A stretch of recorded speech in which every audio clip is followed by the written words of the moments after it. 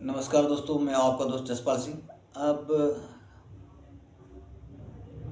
क्या ही कहें, अब आपको लंबे समय से आप बेरोजगारी भत्ते का इंतजार कर रहे हो, यूट्यूब पे सर्च कर रहे हो, इंटरनेट पे पता नहीं कहाँ सर्च कर रहे हो, कब डाल रही है भजन लाल सरकार पेमेंट, इंटर्नशिप प्रमाण पत्र करने जाएँ कि नहीं जाएँ। तो मैंने आपको पहले ही कहा था कि जैसे कि उपचारात्मक शिक्षण में हुआ, उपचारात्मक शिक्षण वालों को जैसे कि भाई भतीजावाद हुआ, उसमें अपने मिलने वाले थे संस्थान वाले, तो उन्होंने अपने वालों को लगा दिया। लगाने के बाद में एक पीरियड के 300 रुपये, 350 रुपये घंटे थे उपचारात्मक शिक्षण में। एक पीरियड के 300 रुपये, 350 रुपये तो अपने मिलने वालों को लगाया गया।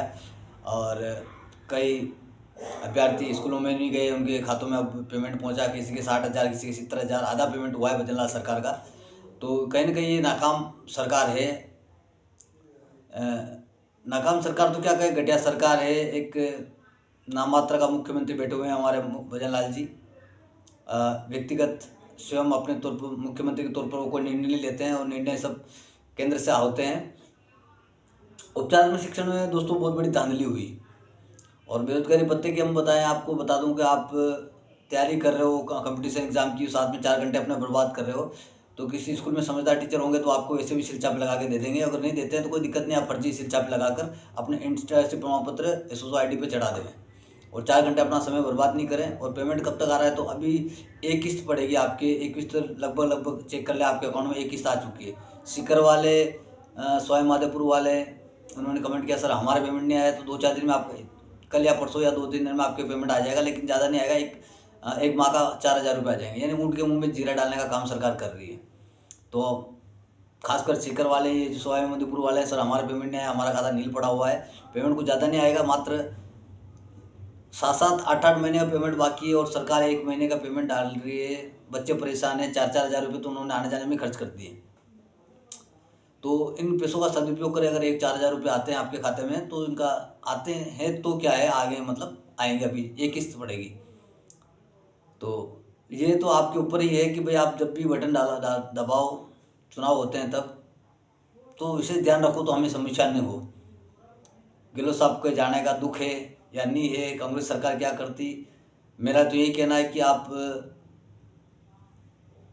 जैसे लोकसभा में 545 सांसद है और 545 से अगर अच्छा व्यक्ति गया, 545 व्यक्ति अगर अच्छे होंगे, व्यक्ति विशेष को वोट डालना शुरू करें आप, पार्टी विशेष को देखना छोड़ दें, तो शायद इस देश का कुछ उद्धार हो सकता है। 545 से अगर ईमानदार सांसद पहुँचेंगे, चाहे किसी भी पार्टी के हों, तो उस देश का विकास हो सकता है। मोदी ईमानदार है, मोदी ईमानदार है तो एक अकेला चना बाढ़ नहीं फोड़ सकता है। मोदी ईमानदार है, बाकी सारे के सारे, एक अकेला मोदी ईमानदार, 544 बेईमान है तो क्या क्या उखाड़ लेगा मोदी। और हमारा ये बीजेपी कांग्रेस करने का मुद्दा नहीं है वह। और बस ये दुख इस बात का है कि कम से कम 4 महीने का या 6 महीने का पेमेंट अभ्यर्थियों को खाता में जाना चाहिए था, विद्यार्थियों के खाते में जाना चाहिए था। इस बात का मैं खेद है, दुख है। इसीलिए थोड़ी सी मेरे अंदर भड़ास है, क्योंकि आपका प्यार है, आपका प्रेम है, आपका स्नेह हमारे साथ यूँ बना रहे।